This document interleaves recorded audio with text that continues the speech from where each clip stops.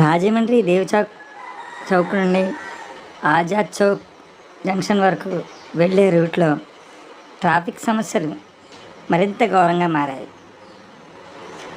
ఈ ఆజాద్ చౌక్ వరకు వెళ్ళే రూట్లో రెస్టారెంట్లు, నాన్ వెజ్ షాపులు అంటే చికెన్, మటన్ అమ్మే షాపులు ఎక్కువగా ఉన్నాయి.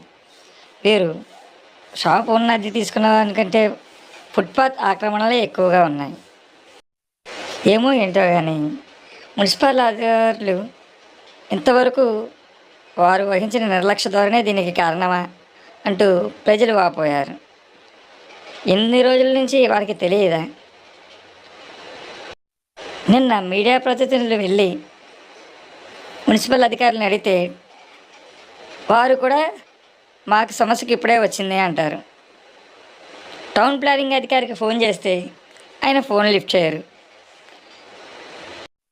గత 5 ఏళ్ల వైఎస్ఆర్సీపీ ప్రభుత్వంలో కూడా ఇది గుర్తించలేదంట.